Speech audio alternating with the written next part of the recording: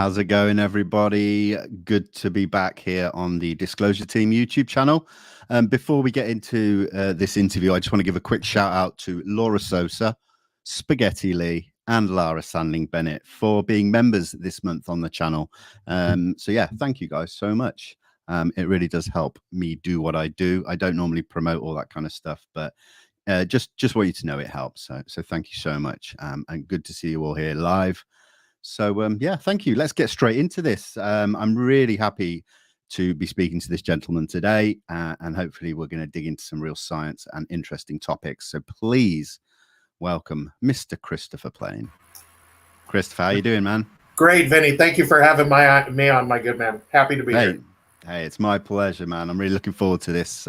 Me too. You know, I really feel that science is taking a step forward when it looks sort of at the UAP subject at the moment. So I really want to try and stay on board and hopefully get some valid bits of information. So I think you're the man to do it. So well, I can tell you, I working over at the Debrief. I work with, as you know, MJ Benias, Tim McMillan, and Micah Hanks, and as well as Chrissy Newton, Christina Gomez, Glenn Randall, some other Jazz Shaw people. And when putting out to our PR people that I was willing to finally go out and do some of these interviews and sit down and do some of these, Chrissy kind of touched with Tim and all the other guys at the team there and said, like, what are the top places? Where are the places we want to have Chris go? It was a very small list, and your show is definitely right at the top of that. So take a look at that. Thank you so much. That means a lot to me. I really appreciate it. Well, thank them. They're the ones that recommended you. I don't know crap about you. I'll thank them. Well, listen, before we get into like the real depth and the meat and potatoes of what I want to talk about, can you just give us a bit of a background on yourself and your career and everything about you? Thank you. Sure. So I come from a writing background. I did stand-up all through the 1990s, starting in college and right through. In the 2000s, I went into the business world and shifted my writing into sketch writing, writing for the radio. There's some comedy radio shows in LA I wrote for, writing a couple of screenplays, a few TV shows that got sold but never aired. And then in 2000, I started in on my first novel called Whispers of Fate. It's an epic fantasy novel. It's the first in a 7-series book. 3 of those are out. 4th one should be coming into next year. And then 2015, the first one came out, and I had enough success with those that I started in. I have a science fiction novel coming out next year as well called Titan. And I think, like a lot of people, ended up in the pandemic just kind of twiddling my thumbs, playing around on UFO Twitter, because it's a subject I've followed for over 40 years. And next thing I know, I was interacting with Tim McMillan and MJ and some of these guys from the Debrief. And like everyone, I was waiting on like many of us, I was waiting on November 30th for the site to launch. And about 5 days later, I had an interaction with MJ where he said, hey, you're a writer. We're looking for writers. Would you be interested in coming on board? And here I am, almost a year later, still writing for these guys. So that's the short Chris Plain career arc right there. That's amazing, man. So do you have a science background at all? I do not. No, it's something I'm curious about, something I'm a fan of, but I went to school for political science at UCLA, so that's not really a hard, what we would call hard science, but something I'm interested in, something I follow. And I tell people all the time, I say, I'm like Neil deGrasse Tyson without the degrees, right? I try and talk about science and technology, be as formed as I can, pass that information on in usable ways to everyday people, and try and be a little bit funny sometimes while I'm doing it. So awesome, man. I love it. So with regards to science and the way that the science is now relating to the UAP subject, and I think we've all seen it change. Oh, yeah. But how important is that, do you think, to the subject going forward? I think it's critical. I like to bring up my age from time to time, but I'm 52. And so I started following this in the late 70s as a kid, and there wasn't much about it. And I can tell you that other than Stanton Friedman, there wasn't really the idea of scientists looking at it. It had happened in the 50s and 60s in the arc of Project Blue Book. But really, in the 70s, 80s, 90s, 2000s, 2010s, it was very few publicly, if any, There was something known as the Invisible College, where scientists and researchers would kind of secretly share this information and work on it privately with each other. But this environment that we're in, I can tell you for a lot of us that have been following this for a long time, this is what we've been waiting for. This is what we wanted. Sure, I think a lot of us, and the name of your show is Disclosure Team, right? I think a lot of us would like the military to fess up and really give us everything they have. We would like to see the videos that Elizondo says are there and Senator Harry Reid from the U.S. says are there. I mean, I can name a list of people that have told us unequivocally that there's more videos and more photos that we're not seeing. So yes, I think I would like that. Shy of that forthcoming, I think this is the route forward we were always hoping for, was science, and not just one guy in a garage or a guy with a telescope or a woman doing it from home, but really a concerted effort by the top scientific organizations, at least here in the States, that are really tackling this for the first time in a public, head-on way that I think is poised to generate results. Excellent. Yeah, I agree. I mean, it was a long time coming, I think, for them to really step up. And we've seen the Scientific Coalition for UAP Studies. They've been around a little bit longer, maybe, than some of the others. You know, we've got UAPX with Kevin Knuth and Gary at the helm now. That's great. But the Galileo Project now. That's it seems to be an ever-evolving group, because we've seen this week they've added a number of research associates: Lou Elizondo, Chris Mellon, Nick Pope, Michael Sherman, of all people. Do you feel they'll bring much to the table when it actually comes down to it? So I think the worst they can do is nothing, right? The worst they can do is bring nothing, because Avi's a scientist, his team are scientists, and they're going to look at data. They're not going to be necessarily influenced by opinions, anecdotes, or story in either direction. With that being said, I think the best thing they can do is offer context and history. And I know when I covered the AIAA conference, the American Institute of Aeronautics and Astronautics, they had their annual convention, and they're an over 30,000 member organization of engineers and aerospace scientists. And they discussed this at their panel, a panel I sat in on.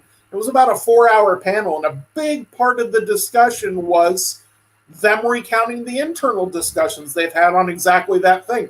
Do we bring in the people that have the historical UFO knowledge, but maybe aren't necessarily scientists? Does that hinder our effort because of public perception, or does that help our effort because of the information they bring to the table? And I think the good news, however we feel about various people that are involved in that group, is that Avi Loeb is taking the approach that I would want a scientist to take, which is more information, not less information. So if his approach is bring it all in the kitchen sink, give me everything you guys have, give us context, it's still not going to, I would be shocked to find that negatively influencing his analysis because of the approach he takes. So I think it's only a good thing. Yeah, that's cool. That does make sense. Yeah. I mean, I think I was just a little bit surprised with specifically Michael Sherman. I didn't see that one come in. Yeah, so I do my best to not betray confidence where I work at the Debrief, but we do have a little group chat of the people that work there. And that name raised some digital eyebrows as well. We'll say that. So I don't want to get into details there. But yes, I think everybody was a little surprised. But again, it's all perspective to, Stephen Greer, for all of the negatives and for the fact that a lot of us, like me in particular, will say I'm uncomfortable with the way he makes a living now. When he was running the Disclosure Project, and when he had the National Press Club event 20 years ago, and the years leading up to that, the late 90s, when he was working behind the scenes, he was one of the most successful people in moving this ball forward and getting us to where we are now. So I try and keep my criticism of individuals down within the group. Sometimes it makes me a little nervous, but yeah, I think in this case, Avi's taken the right approach, which bring everything in I have access to, and then sort it out from there. Yeah, and as far as the processes that Avi's sort of put forward on their game plan, let's say, I think there was 3 main efforts they were going for. Do you feel like he'd missed anything out? Was there anything you think you would have liked to have seen them do? So, no, me personally, no. I like the approach that they're taking. I still think there's a built-up feeling within the community, even somebody like me who tries to not care so much, that there's a built-up feeling of a need for reckoning, a need for an acknowledgement of the history and an acknowledgement of a lot of cases and a lot of historical things that, okay, fine, say Avi Loeb jumps out and says, yep, we found it, we've seen some things flying around displaying these characteristics, and as far as we can tell, it's a non-human technological intelligence, right? He gives us the big enchilada. I still think there's a feeling of we want all these old information, old stories. I think the good news for Avi is that's just not his purview. His purview is, let me start from here. Let me start gathering information from here. I'll use these people that have historical knowledge and context, but my experiment, my analysis, my project is going to be gathering new information and analyzing new information. So I think he's on the right track. Excellent. I'm just going to give a quick shout out. And Bryant, thank you so much for the $20 super sticker. That's absolutely incredible. Thank you so much. Who was that? Not even a question for $20? No, that's just a sticker, Thank you, man. M. Yeah, Em, if that was a mistake and you want to ask a question as well, stick it in capitals. And yeah, stick it in. I'll make up an answer. Just sticking with the Galileo Project. I've lost my train of thought now. Well, I can tell you the great thing about that project and the great thing about what they're doing and their approach to it is, again, we have the DoD, right? We have that project, whatever they're doing under wraps, that we may or may not see results from. We have NASA undertaking their effort now, and because of the position they have and because of where they exist, we don't know if we're going to get public or private information from them. Avi is committed to sharing his findings publicly. So I think that may be the two most important things about his project is that, but I just think by virtue of his position, Vinnie, we're talking about the people he's attracted to the project, Chris Mellon, people like that. Not everyone can get everyone on the phone, not everyone, even the guys at AAIA, Ted Rowe from NARCAP and Kevin Knuth and these sort of people, not all of these people that are established scientists can just pick up the phone and get someone they want on the phone.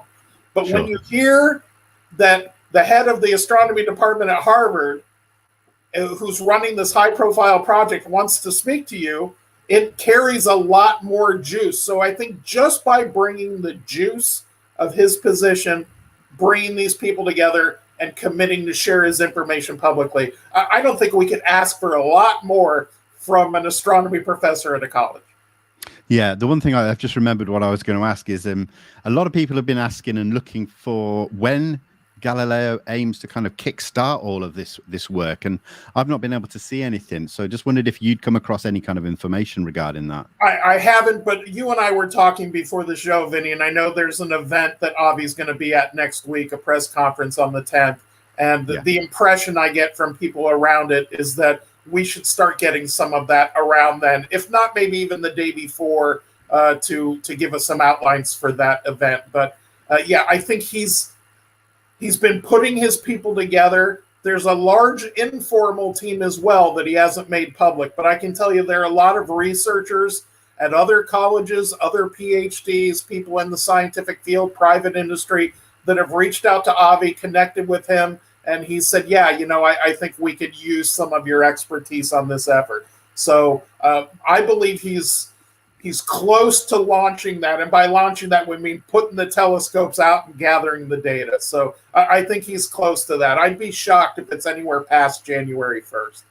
I think we're on the threshold. I don't have any direct information, but everything I'm hearing is that that's what's happening. Tons of people are connecting with him.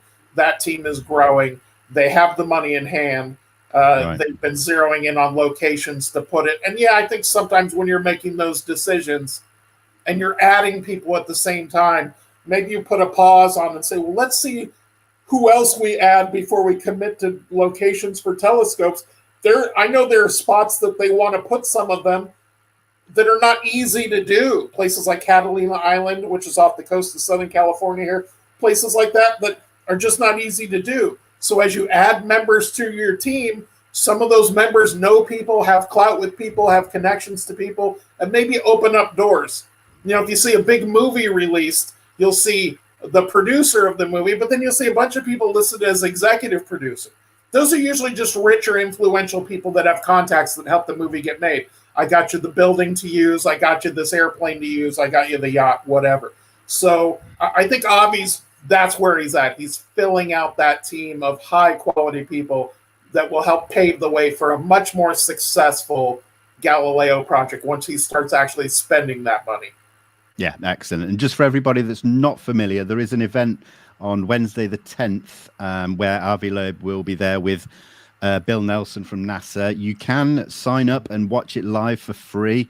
I will put the details in the description after this interview so that you can go and sign up and join in as well. Yeah, thanks for that, Chris. For sure. So let's touch upon NASA while we're here, because you've mentioned it a couple of times. Now we've seen the administrator Bill Nelson talking publicly about UAP for a few months now on a few occasions. So do you think he is a genuine proponent for more transparency? Oh yeah, I would say that he's an unlikely potential hero here, and the reason being is because his former position on the Senate, he seemed to have been aware of a lot of these things, potentially even somebody who was briefed on this leading up to this process, may have even seen these films and photos and other things that we haven't seen, the signal intelligence we haven't seen. So I think he could play a critical role. And something I'm noting that I think is important is when he first came out, I think it was June or so, and said, hey, we've seen the videos and I'm going to task my people to look at this, right? I think there was initially, I don't know if you saw that very first press conference, but right on the stage with him was a couple other like NASA scientists. Now, keep in mind, Bill's a politician and former astronaut. These are scientists, right? And a couple of the looks on their faces made me think, oh boy, like they're indulging him to look into this and talk about this. But as scientists, they gave the most measured answers and measured tones on, well, NASA looks for life. It's what we do. So yeah, I mean, we'll kind of look at it. I think there was a fear at that time that he may have overplayed his hand and it would turn into a big nothing. That it would just, we've looked at it, and DOD or I don't have the whatever excuse. What we're seeing is the opposite. He immediately went and did an interview with CNN after that. He's done a couple of different interviews since. Then he was at this event, I think it was a university in Virginia the other day, where he brought it up again. And the reason I thought it was so critical this time is nobody asked him a question about UAPs or the task force or NASA's role. He was talking about something else, and he said, hey, none of you guys have asked me about the search for life. Now, the reason this is important is because the search for life at NASA is a formal thing, right? Like sending rovers to Mars to look for signs of water, sending spacecraft to circle Titan and look for signs of life, looking at atmospheres for exoplanet signatures. So it's a formal scientific thing. So he kind of transitions into that. And within the middle of that discussion, he says, and of course, we've all seen those UAP videos and the fighter pilots that were on 60 Minutes. He's tying those two things together 4 months after he first brought up, or 3-4 months that they were going to look into it. So in for my feeling, he's doubling down. He's not only saying we're going to look at it, he's taking the mainstream search for life that is one of NASA's primary missions from a scientific basis and combining it with, we're going to look at this UAP stuff. To me, this is very Lou Elizondo. This is very, I'm talking about what I can't talk about. And then, by the way, have I mentioned, how many planets there are in the cosmos and how high a chance there is for life. They keep sewing these things together. And I think that's critical. I think that shows, you don't, anyone who's been on UFO Twitter knows you don't want to tease something that you don't have the follow up to, right? Sure. Or you'll be shut down pretty quick. And I think as an experienced politician, he's smart enough to know what he's saying and how he's saying it.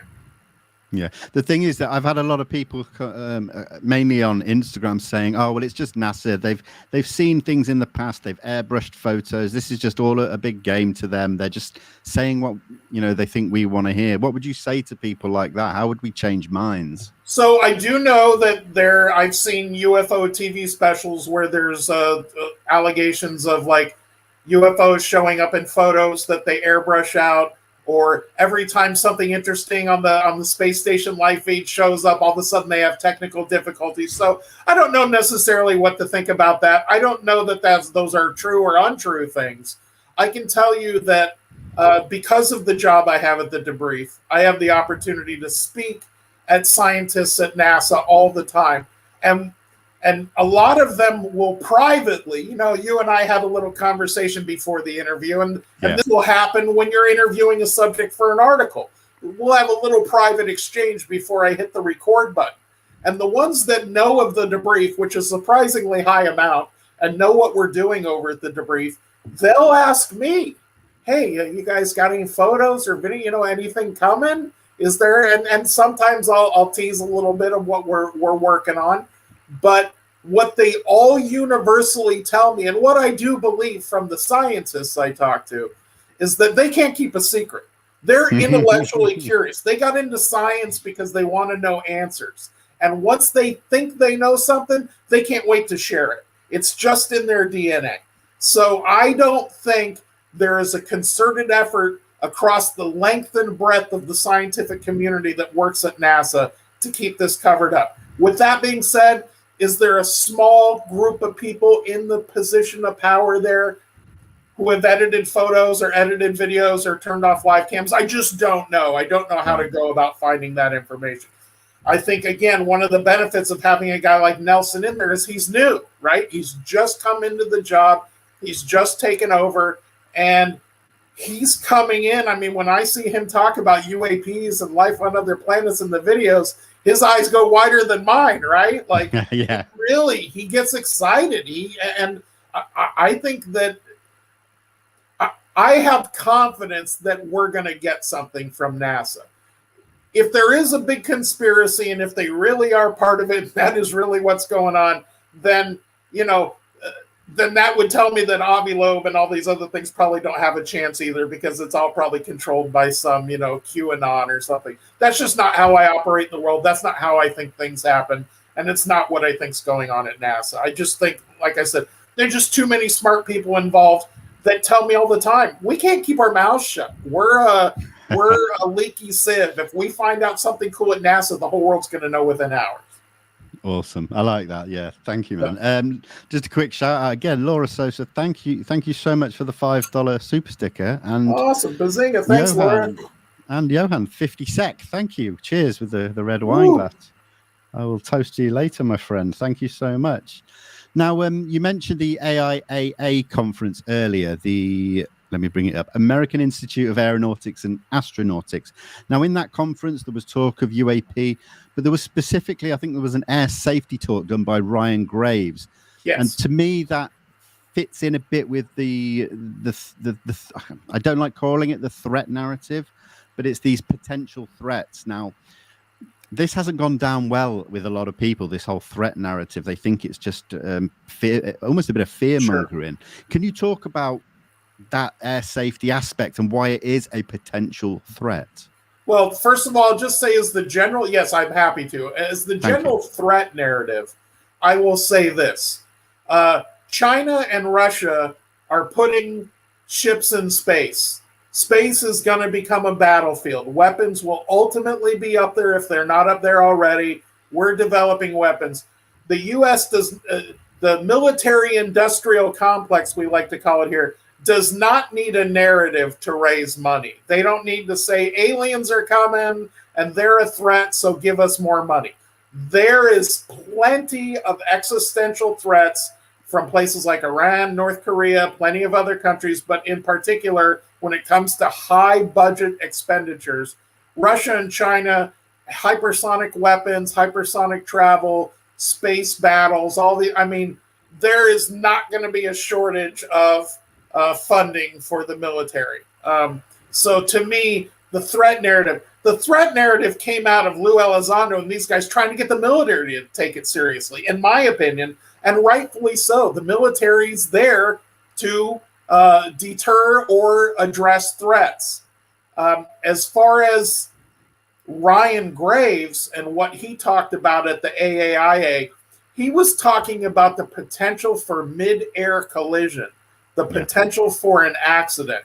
And what he said at that conference and what I quoted in my article was, we are seeing these things so often, our pilots are encountering so often, that I'm quite frankly surprised we haven't already had a mid-air collision. So I think that was a big part, because that was the thrust of that talk at AIAA. Kevin Knuth was there to talk about maybe the physics behind the propulsion of these things. Ted Rowe was there from NARCAP to talk about the over 100 years of histories of UFO cases they have in their database, and how some of those were similar or different from what pilots were seeing. There was a scientist from the European Space Agency, Philippe Alieris, I believe is his name. He was talking about an idea to use archived photos from the Mars Reconnaissance Orbiter and the Moon Lunar Reconnaissance Orbiter, go through these photos to look for artifacts of ancient civilizations, crash ships, other things of that nature. So it was a broad discussion on UAPs to give context. But yeah, the thrust of that discussion was, this is becoming a safety issue. Pilots are seeing it too often, commercial pilots as well, having near collisions, near interactions. And Ryan's note was, it's only becoming more frequent, not less frequent. Wow. This is happening more often. This happens every day. And he's saying since 2019, and he said at this conference, he communicates regularly with other naval aviators he used to work with, as well as Air Force aviators, which is critical here in the States because they've been very quiet on this issue. The Air Force has really not spoke up at all. Most of this, the movement in the last few years has been driven by the U.S. Navy, which has the most aviators, stationed around the world for the U.S. But the Air Force, that is supposed to be their domain, and they do have the best satellites and stuff. And he's saying Air Force aviators are telling him privately, yeah, man, that stuff's flying around, we're seeing it, and we're having near collisions too. That's incredible. I assume, which is never necessarily a good thing, but they must be capturing these on their sensor systems then, if it's so frequent. That's, one would think, right? Like, yeah, if your eyeballs are seeing it all the time, if you got a 1970s video camera duct taped to the outside of your fighter jet, you should be picking it up, right? Like, so, I think that might be part of these videos we hear about that we're not seeing, are interactions that they're seeing. I hear there might be video of the Tic Tac incident from 2004, and that maybe the signal equipment on those fighters was turned on and the cameras was turned on. So, and I think that may be part of the reluctance of the two WISOs, the weapons systems officers, to come out and talk about that, because they're the ones that monitor that and record that. I don't think they want to answer that question. So that's a purely personal opinion. And yes, I do work at a place where I get a little bit inside information from time to time, but that's just my opinion. I think that there may be video of those incidents as well, and that may be part of these longer videos that we're not seeing. Yeah, no, I've certainly heard the rumors in some back channels as well. Yep. And it is strange. I think one of the Wizzos, and forgive me, I forget his name. I think he did one talk on a network show. He? Okay. One, and then after that just disappeared. I think that was 2018, I believe, and I found it very strange. Okay, I know that Dietrich and Fravor are public, but I've always under the impression that the other two were not known names. So just one of them. Yeah. If I find it, I'll send you the clip. Yeah, fantastic. Yeah, send me the link. So listen, just talking about the Tic Tac and that, what were your initial thoughts when you first saw, well, the 3 Navy videos back in, well, 2017, early 2018? So this is something I've been following. Well, okay, I want to caveat this. Sure. I was so far out of the UFO after the early 2000s and the Press Club and Stephen Greer and Disclosure Project, and that slowly kind of ran out of steam in the early 2000s. Anybody who's followed this for a long time will know that you kind of go through these waves. And don't get me wrong, this most recent wave may be the cresting wave. We may finally be turning a corner here. But I didn't even see the videos at the end of 2017 or the New York Times when they came out. I was off just living my life, so involved. I was out of the UFO loop. 2018, right. I was in bliss. And then they started promoting the Unidentified show for the History Channel, where Lou Elizondo and the guys came on, Steve Justice, all of them. And the Stars Academy was becoming a thing. And I still hate that name, by the way. And so I didn't know any, I was so out of the UFO loop and so out of that world that it really didn't hit me until the middle of 2019. I remember the first time I saw the videos, I got a little bit of a chill in that, okay, this is new. This isn't like videos we've seen before. I do remember calling my brother, my younger brother, somebody, we followed this together and watched these specials, and he watched it, and he said, okay, so instead of blurry black and white civilian videos, we have blurry black and white military videos. So there was a, I was over the moon. He was like, so there was kind of a halfway. I do think the more I watch these videos, I think a couple of things. One, I think that Mick West might have a good case for go fast, right? I don't think it's going fast. And I think there's an argument to be made for a balloon hanging just above the water, zipping along. That was discussed by Knuth and these other guys at that conference I was at, and they discussed reasons why they thought the temperature of the object wouldn't be right, depending on the material and the sunlight, and that it still feels like maybe it's not a balloon to them. So they're more scientists than I am, but I see where one can kind of look at that video. And to me, that was the most exciting one initially, because that was something zipping along that had no wings, right? Yeah. And it didn't look to have helicopter blades. The FLIR video, I think, still rests in that weird argument of, did it zip off to the side, or did the aperture change and whatever? For me, I think the gimbal video is settled. I don't think it's a visual effect. I think that's a craft flying against the wind at over 100 knots and rotating its axis in a bizarre way. I think that, surprisingly, may turn out to be the most critical of all three of those. I do always think that with the FLIR video, there's a context point that some people might, maybe the more critical people might miss, that I think matters. And this is how I would put that video. Imagine you're out on a hunting trip with a bunch of friends, right? And every few days, one of the guys comes back to the camp and says, I saw a unicorn. Like, I was out hunting for bears and I saw a unicorn. And everybody goes, come on, man, unicorns don't exist. They're not real. You probably saw a horse, or you saw a deer, or you saw something else. After a number of days, like half of the hunters have come back and said, I've seen a unicorn. The next day, a guy comes back with his camera and goes, hey, guys, I saw the unicorn too, and I got a picture of it. And he shows you a picture, and it's blurry. But it generally looks like the unicorn all you guys have been seeing. I think that lends credence to that picture being an actual unicorn, right? So one can argue that video is a little blurry, whatever. But I think of the context of people are constantly seeing this on the radar, then the pilots physically see the Tic Tac, and then within hours or a day, whatever the timeline is, another pilot images this. I think that's a good argument for that video being authentic as well. So I think the most initial visually stunning, the Go Fast, has the easiest one to offer conventional explanation. I think the FLIR's in a gray area, but has some context that makes it feel real. And I think the gimbal's a real video. Oh, they're all fair estimates. I can get on board with that completely. So let's bring it back up to this year, 2021. We saw the UAP-ETF preliminary assessment on June 25th. Again, another thing with completely mixed feelings throughout everyone that is even, interested in the UFO UAP subject. Did you take anything away from it? Was it a disappointment? How did you? I thought it was huge. I was super excited. When I met Tim McMillan before I started working there, I messaged him he was on the internet saying that he thought this report would be forthcoming next year. This was late last year. And I told him, I says, all right, here's what I think that report's going to look like. And I wrote out a one-page mock-up version of what I thought the military would say and not say. And I put it on the internet, on YouTube, on Twitter, and Tim and I went back and forth. This is actually the wording of the way they would word it. And, he kind of helped me craft it a little bit. But I was shocked at how close it turned out to be.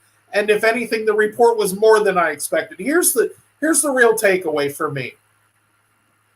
The argument for the vast majority of my life has been, are UAPs, UFOs a real thing, or all either misidentifications, hallucinations, or people making things up?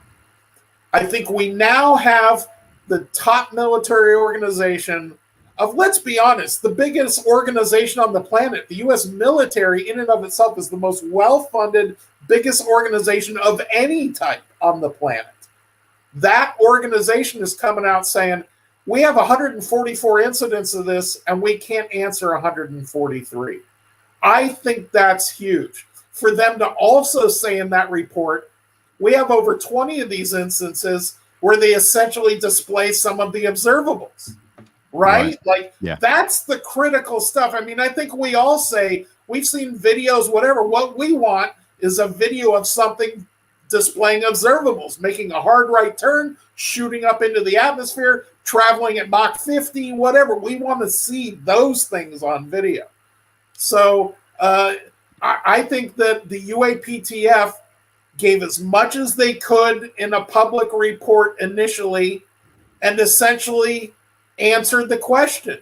UFOs, for lack of a better term, UAPs are a real thing being seen regularly, some being seen with these extreme performance characteristics, and being picked up on signal equipment, being picked up on radar, sonar, infrared, all these other types of electronic EMF equipment that they use on these military craft. Tons of things we don't even know about.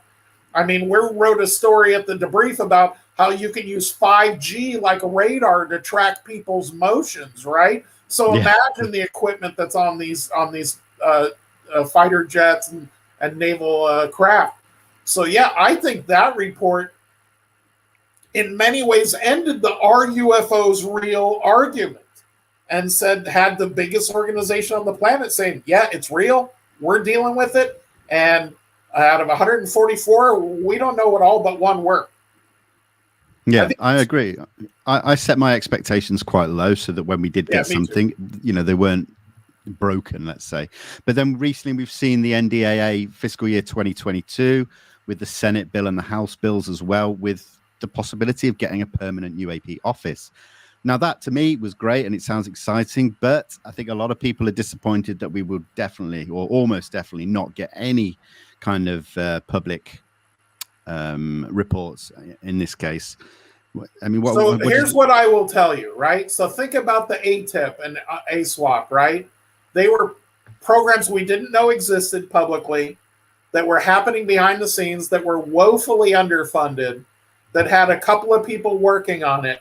And given enough time, we learned about it. And we learned about everything that they did. Now, granted, it took one guy coming public with it, but it really did ultimately lead to that. So now think of a permanent office that we all know exists, that we all know is working and is actually funded and has people working in it. In this business, we have a lot of really good investigative reporters that are really good at making connections and making contacts and reaching out to people. And I don't want to name drop any of my bosses, but if there are people in that field that are going to be permanently employed by the U.S. government to look into UAPs in a permanent office, that information is going to work its way out to the public. I'm confident of it. It may not work its way out initially, but especially if the information they're gathering is consistent with that report. They're finding things they can't explain. They're finding things that are recorded on Signal Intel, and they're finding things that are performing in unusual ways that we can't easily replicate or can't replicate. I think it's great that there'll be an office there. I mean, I would love John Greenwald to start getting document stacks back from that office that are all just completely blacked out, because that means they're finding stuff, right? Yeah. I want FOIA requests from that office every year that are just filled with redactions, because that means they're finding things. And that means that sooner or later we will get that information. Ah, that's good to hear. I like that positivity. Michael Huntington, you're right. I should be careful in my wording. 4 years, not permanent. Yeah, thank you for that, because I did know that. I shouldn't have said that. I think what I was trying to say is it's not just a couple of people like the UAP task force with very limited resources. It's going to be something a little bit more. Yeah, a multi-year undertaking with some actual funding. And again, like I said at NASA, a project manager, a project name, staff that works under it, a budget allocation. All of those things are how organizations like this work. And once you make something like that a permanent, or at least a multi-year project, as opposed to a task force, which is what it sounds like. It's like, we're here for a few weeks to look at something. Yeah, I find it to be a step forward. Here's the question I ask people all the time when they express criticisms about NASA or Galileo or this. All legitimate concerns, by the way. We've all been lied to for long enough. We should be concerned and we should be skeptical. But my question is always, do you want more people looking at this or less, right? So, and do you want more people in positions where they can get their hands on things? Lou Elizondo's biggest complaint, I know this even, behind the scenes as well from the people I work with, is being stonewalled by of the 21 intelligence agencies within the government that he always lists. Lots of them are just like, nah, we didn't turn our photos over. We didn't turn our reports over. What, Elizondo, we haven't heard of you. What? I just would blow it off. When you create an office that's entrenched like that, whose job is specifically to do that, it will build its own capital over a year, 2 years, 3 years, to where it has authority to make those things happen, to force that information to a place where it can be better analyzed. So I'm in favor of all of these. Man, if you would have told me in the 1980s that the DOD, the AIAA, Harvard, NASA, the U.S. government, and a permanent organization under the Senate, all of these things were happening, I would have said you're crazy. There's no way that's all going to happen, and all going to happen in like a 1 year span, right? Like, think of the announcement that we would get a UAPTF report last fall, and since then, Galileo, NASA, all these other huge things have happened just in that, like, the videos lit the fuse, the guys going out public got the attention behind it, UFO Twitter, disclosure team, the podcast world, these things all got behind it, and we are seeing fruits of that labor. I'm convinced of it. Nice. I got a question which I was sent earlier from Eve Clancy. So thank you, Eve. I've got it on my phone here. It says, Plain wrote that stigma around UAPs prevented half a century of their study. Do we need more products like Mirage Men to timeline the DoD using a stigma campaign to bar citizen awareness? Say that again. Like, read that one more time for me, Vinnie. See. Yeah, I've lost the question on screen, so I can only read it. Or let me try it on YouTube. Bear with me. Yeah, no, it's gone too far off the screen. It was about the stigma. Yeah, do we need more products like Mirage Men to timeline the DoD using a stigma campaign? More products like Mirage Men to timeline the DoD. I don't think I know what that question means. It's here on the screen now. Here we go. Okay. Plain wrote that stigma around you have. Okay, first sentence I got. Do we need more products like Mirage Men to timeline the DoD using a stigma campaign to bar citizen awareness? Yeah, I'm not 100% clear on what that's asking. Yeah, sorry, Eve. Is there any way you can rephrase it? I just don't think I completely understand it. Maybe you repost it. I mean, Mirage Men was a film about the DoD stigma campaign about Richard Doty and the kind of Air Force OSI and covering up basically and things like that. But still doesn't really make me understand the question, to be honest. Yeah, I can tell you that stigma is a word I've heard a lot in the year I've been working at the Debrief. And I tell people all the time, you know what's hilarious and ironic for me is although I'm extremely interested in UFOs and UFPs, have been following it my whole life, it wasn't what I was brought to the Debrief to write about, right? They said we've got Tim McMillan, we have Micah Hanks, we have MJ Benai, we have Jazz Shaw, Ryan Sprague, Graham Rendell. We have a staff of informed, experienced writers that can write about UFO and UAP. We want you to come in and write about science because that's what I enjoy writing about. It's what I read about on my own time. And I wasn't averse to writing about UAP. It just wasn't what I brought in. And in the 130 or so stories I've written since I've joined the Debrief, less than 5 have been related to UAP. But they've all been relatively recent because those two worlds are colliding. We are coming into a situation where science is part of the discussion again. And for the longest time, it wasn't. We wanted it to be. We wanted the Avi Loebs and the NASAs of the world to be involved, but they weren't. So now I find myself gleefully so writing and talking about science and UFOs in the exact same article. It's been fantastic. No, that's great. Eve's just followed up by saying Chris Mellon is very concerned the Air Force is blocking disclosure. Yeah, I can put some weight behind that comment. Absolutely.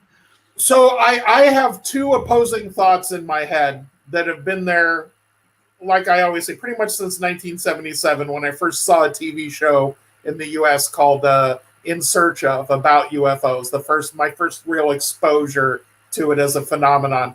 And my two opposing thoughts are this. First of all, there are very real things that people are seeing that are physical, mechanical things. Like, I don't want to, there may be supernatural, there may be other answers for some aspects of the phenomena. I do think there's a good argument that there's multiple things going on. But I do think that there's a physical, real thing, triangles, Tic Tacs, possibly disc-shaped, saucer-shaped type craft. I do think some of these things are real and physical.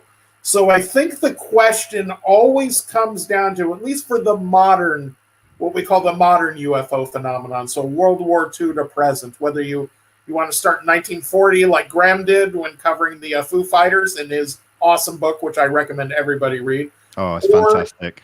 Such a good book, and he's such a good writer and so smart, and just a gem of a guy. But not that great in the sack. But no, I'm just so you can edit that out. All right. So you're like, no, Chris, we're live. I would say my two opposing thoughts have always been this: in the modern UFO phenomenon, we still can't completely rule out secret UFO craft, secret man-made craft that utilize some sort of anti-gravity propulsion, right? It would definitely address a lot of what people have seen since then. So you have these two. If we're covering up the UFO story for real, meaning U.S. military, U.S. government, Men in Black, whatever you want to call it, and the UK kind of hand in hand because they've had a hand in a lot of it. So either that has been a concerted effort to keep the truth of non-human technological intelligence from the public, or it has been an effort to keep the truth of our own secret anti-gravity craft from the public. And I think both still could be the answer.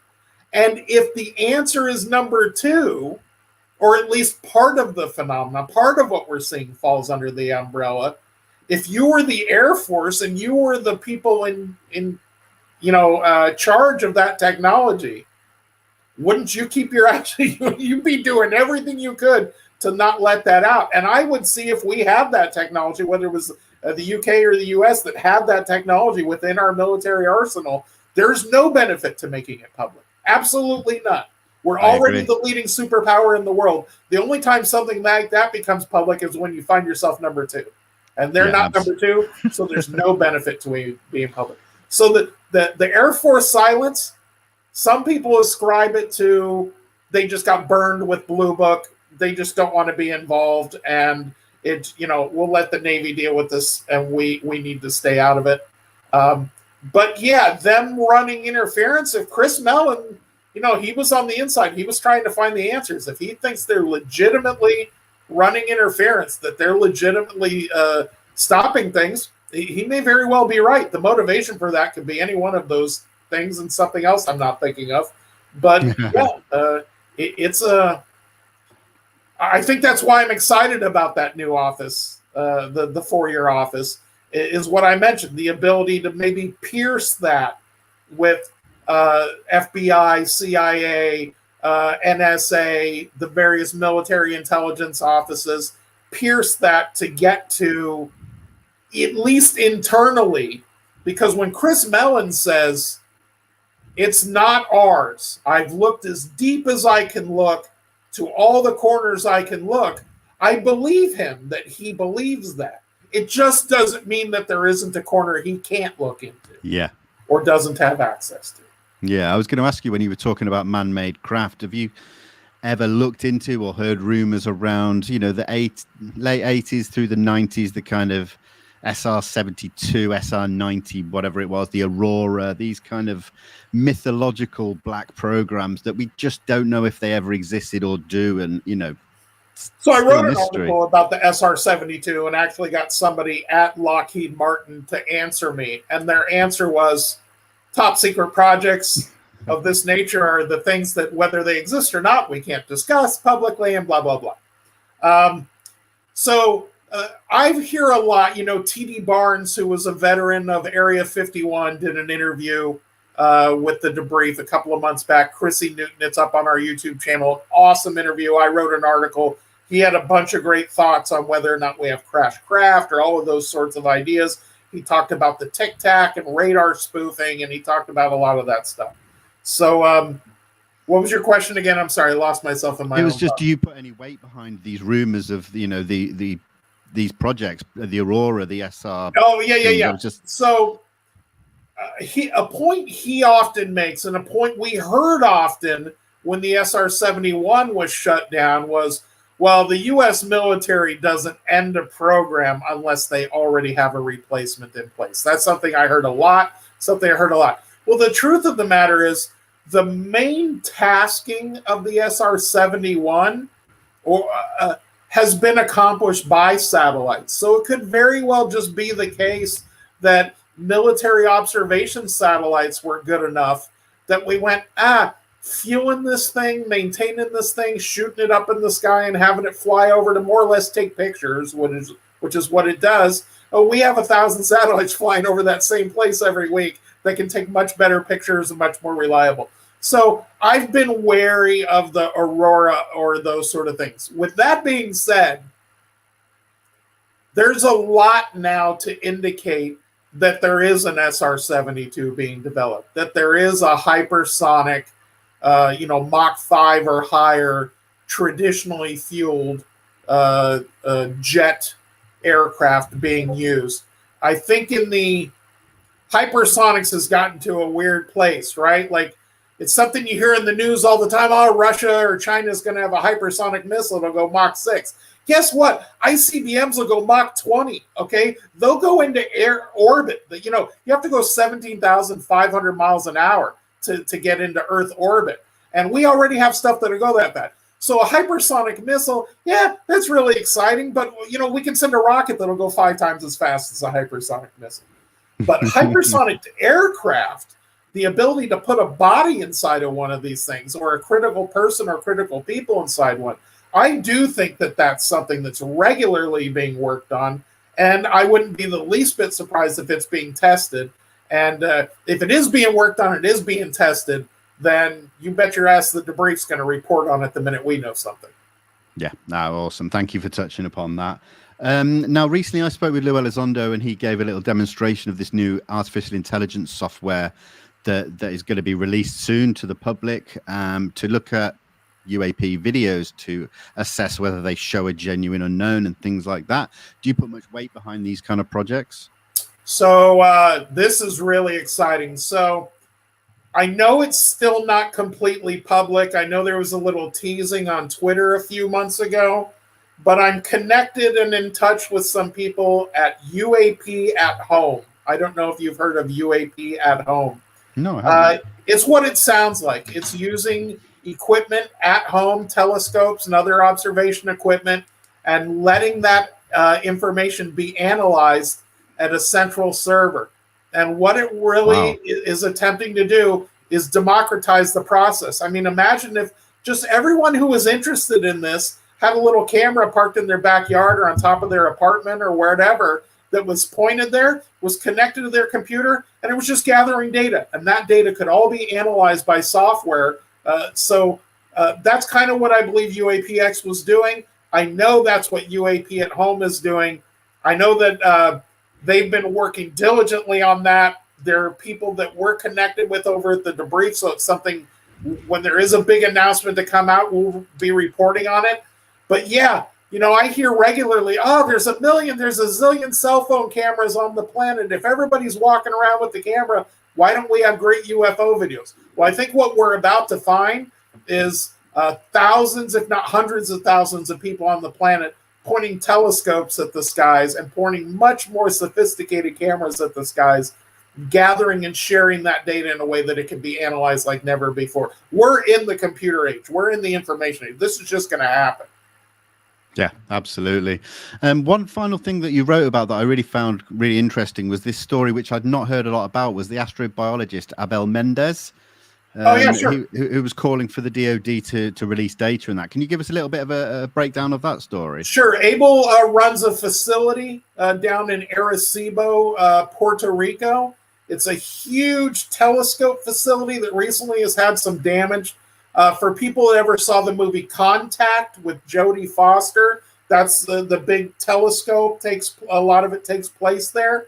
And I was reaching out to him when the DoD was talking about analyzing this data, and NASA and some of these other ones. And I asked him, I said, Abel, would you join in on this effort? Is this something you would be interested in? And he said, Chris, until we make all this data public, it's useless. If you're asking me to look at the gimbal, the Go Fast, and the FLIR video and give you a scientist's analysis, I got nothing to give you. My analysis is the same as everybody else. But as a scientist, and particularly as an astrobiologist, which is a pretty new job, but it's the job of looking for and analyzing signs of life or evaluating potential concepts of how life might exist on other planets. So he's a very prominent astrobiologist and somebody who's very open to extraterrestrial life, whose job is designed around looking for it and studying it ideally. And he was in that article. It's been a few months back, but in that article, he was basically saying, give us the data or leave us out of it. If you want scientists to look at this, you have to give us the data to look at it. We can't meet in some private room, watch some little video secretly we can't tell anyone about, and then give you an opinion on it. I need the data, I need the films, I need the data recordings, and I need to be able to sit down with my scientists that do this for a living, and the astronomers who do this for a living, and try and suss out what it is and isn't we're looking at. So I think people like Abel, again, you have a mainstream, well-positioned, highly credible scientist at a mainstream, well-positioned facility that he runs that whole facility, not just telescope, that whole Arecibo facility, and he's talking about life on other planets, wanting to look at UFO videos and determine what's real and what's not. Not giving a Neil deGrasse Tyson smirk and saying, sure, bring me back something from the ship if you get abducted, but saying, we need to look at this, and this is a real thing that scientists need to look at.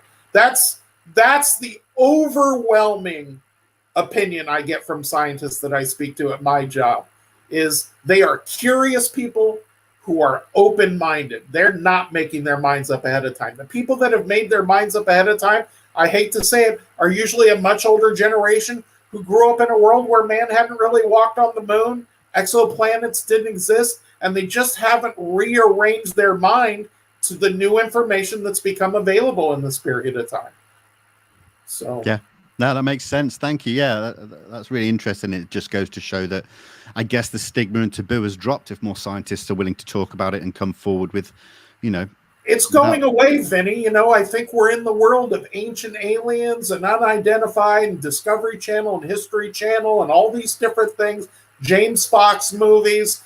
I think we're in a whole new world of open. I know we are. I've lived through it. We're in a whole new world of open discussion. I used to sit around the dinner table in the 80s and 90s having these discussions with people, and everyone would roll their eyes, oh, UFOs, aliens, whatever.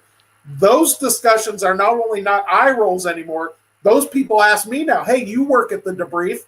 What's really going on? What do you guys know over there? And I get asked that question by mainstream scientists with 7 PhDs attached to their name. I mean, this is a real thing that's being really looked at. And scientists that have closed minds about it are in my experience, the type of people that have their closed minds regardless. So the vast majority of scientists are telling me this is something they want to understand and are open to trying to understand it. Awesome. Thank you so much. Well, listen, Chris, we've hit the hour. I cannot thank you enough. That was a fascinating conversation. Cool. I'd love to do it again next year. Sure. And maybe we've got some more things to talk about. I will be keeping my eye on your work, as I do with everyone at the Debrief. Some really good people. If I can do a little plug here, Vinny, since we're live tomorrow, I have a huge story coming out. It's not UAP related, but I did have an opportunity to speak to a scientist who was a consultant on the TV show Battlestar Galactica. He was a consultant on the movie Gravity, and he wrote a book called The Science of Dune. And basically what I did was I went through the movie Dune, because, you know, what a great job where I have to go watch the movie Dune. And I tracked all the different technologies used in the movie. Of course, I'd read the books years ago and seen the movie in the 80s and the miniseries even in the 2000s. And I went over these in an interview with this guy. And I took 5 of the key technologies in that movie from those books and broke down how they work in the books and movie, and then how close we are to bringing those technologies to a reality. I did this with the Star Trek technologies a couple of months ago. That was really popular, breaking down transporters and warp drives and phasers and photon torpedoes. In this one, I break down ornithopters, personal shields, the folding of space drives that they use, a number of the technologies that are covered in the Dune. So that's a big story coming out tomorrow, and to everyone look for that. Yeah, well, I've popped the Debrief link in the description below, as well as your Twitter and your website, where people can go and check out your books as well and your blog. So yeah, everyone should go and do that. So yeah, I think that's covered everything. Thank you to everyone that's been watching live, asking the questions, the donations. That's so kind. I appreciate every single one of you for being here. Yeah, so thank you very much, Chris. Thank you so much, man. Vinny, awesome. Yeah, take care, everyone, and we'll see you on the next one. Bye-bye.